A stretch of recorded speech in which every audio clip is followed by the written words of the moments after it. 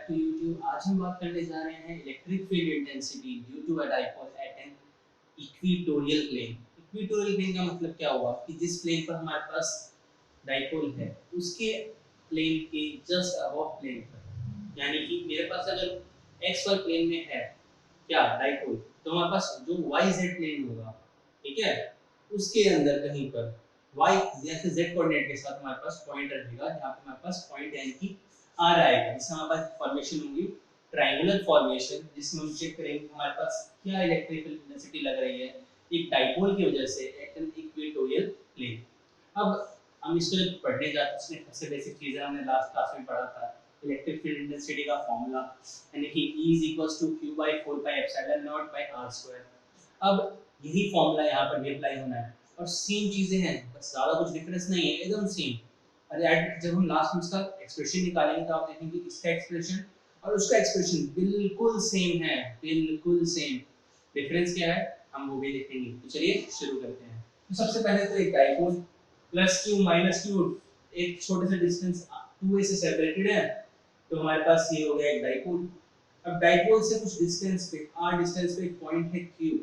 अब ये जो पॉइंट है ये टेस्ट चार्ज है, ठीक है, इसको आप p नाम दे सकते हैं। तो a b एंड p, ये ट्रायंगल फॉर्म हो गया, ठीक है। अब इसको कुछ नाम दे देते हैं, सेंटर मान लेते हैं।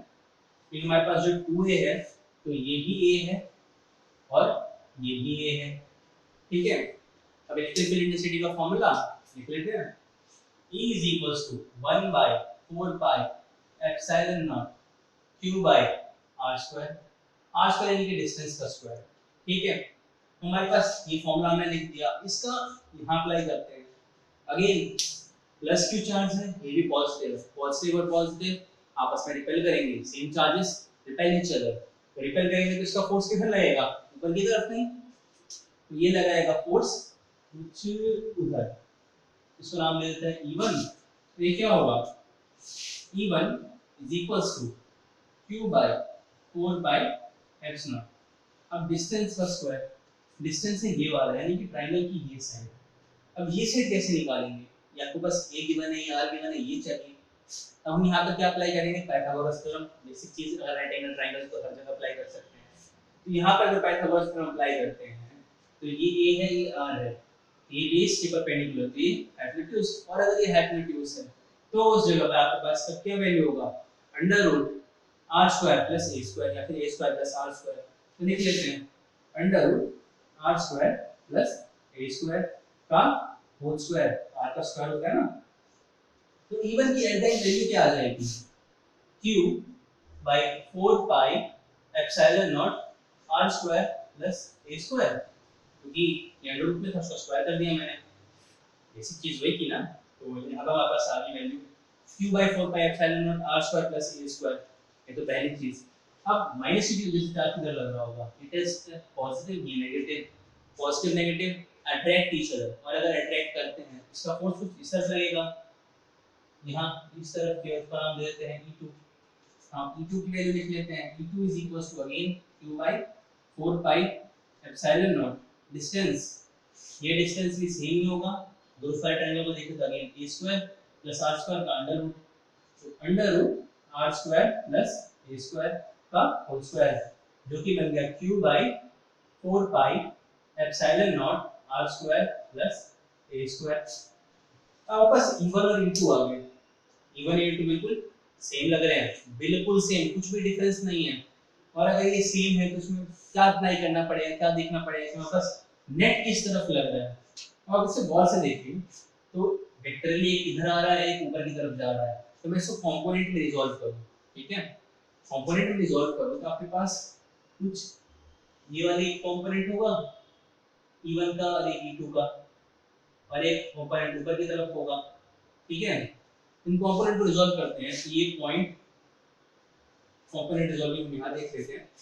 ये आपका पॉइंट, इस पॉइंट पर आपके पास एक फोर्स कर लिया उस तरफ और एक इस तरफ, ये आपकी एक्सिस है, ये एक्स एक्सिस ये वाई एक्सिस मान के चलते हैं, ठीक है।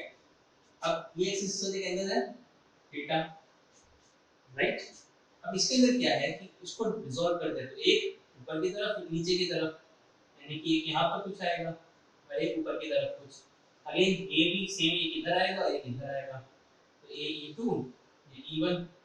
अब यहाँ आप देखिए गौर से, तो जो एंगल साथ में होता है थीटा के, उसे हम क्या लेते हैं cos थीटा, तो cos थीटा लेते हैं इसको, ये वाला क्या बच गया sin थीटा, तो इसकी वैल्यू हो गई E1 cos थीटा और ये हो गई E2 cos थीटा, ये हो गया E1 cos थीटा और ये हो गया E2 sin theta, E2 sin theta और ये हो गया E1 sin थीटा। ये होगी कंपोनेंट रिजॉल्विंग। अब यही कंपोनेंट रिजॉल्विंग हम यहाँ अप्लाई करेंगे। अब क्या देखेंगे कि अब E1 और E2 सेम है, थीटा भी सेम है, यानी कि E1 और E2 क्या होगा कैंसिल हो जाएगा, और अगर E1 E2 कैंसिल हो जाएंगे तो उस केस में क्या होगा आपके पास, E1 E2 कैंसिल हो गया तो टोटल फोर्स क्या आ जाएगा E1 cos theta plus E2 cos theta.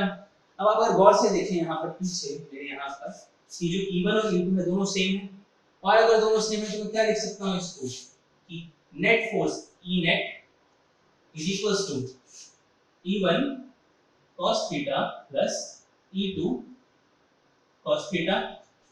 ठीक है, अब E1 और E2 दोनों सेम है, मैं बाहर ले रहा हूँ, या फिर cos थीटा को बाहर निकाल देते हैं, जो आप बोले आपकी जो मर्जी से निकाल सकते हैं, दोनों की चीजें बराबर आ रही हैं, तो इसको क्या 2E cos थीटा लिख सकते हैं। अगर इसको ऐसे लिख सकते हैं तो E की जो है E1 E2 इसे लिख लेते हैं E1 is equals to E2 is equals to E। ठीक है, अब जो E है उसकी कोई वैल्यू पुट कर सकते हैं, उसे पुट कर लेते हैं 2Q by 4 pi epsilon naught H naught R square, यानी कि R square प्लस में A square और साथ में cos थीटा का टर्म। आपके पास E net कितना आ गया, अगेन इतना आ गया, तो क्या इससे आगे भी कुछ हो सकता है, तो इससे आगे भी होता है जी हाँ। तो उसमें क्या करते हैं हम, इस थीटा की वैल्यू उसको हम रिजॉल्व करते हैं टर्म्स की फॉर्म में। तो हमारे पास जो लास्ट में आपके पास चीज आई, टर्म आई, तो क्या आई थी E = 2/4 epsilon Q by R square plus A square cos theta, यही टर्म आ रहा था, और इसी टर्म में एक टर्म आया cos थीटा। अब हम अगर अपनी ट्रिग्नोमेट्री को याद करें मैथ्स में 10th क्लास में हमने क्या पढ़ा था cos थीटा को, बेस बाय हाइपोटेन्यूज, और इस ट्रायंगल को देखा, सिर्फ इस राइट एंगल ट्रायंगल को, यहाँ पर बेस की वैल्यू क्या है a और हाइपोटेन्यूज की वैल्यू क्या है √r square plus a square. हम बस उसी चीज को, यानी कि इस ट्रायंगल के लिए cos थीटा = बेस यानी कि a ओवर में √r square plus a square को पुट करेंगे इस चीज के अंदर। आपके पास अगर इसको पुट करते तो क्या आ जाता है E = 2/4 pi epsilon naught Q by R square plus A square into में A by R square plus A square का अंडर रूट, यही आएगा।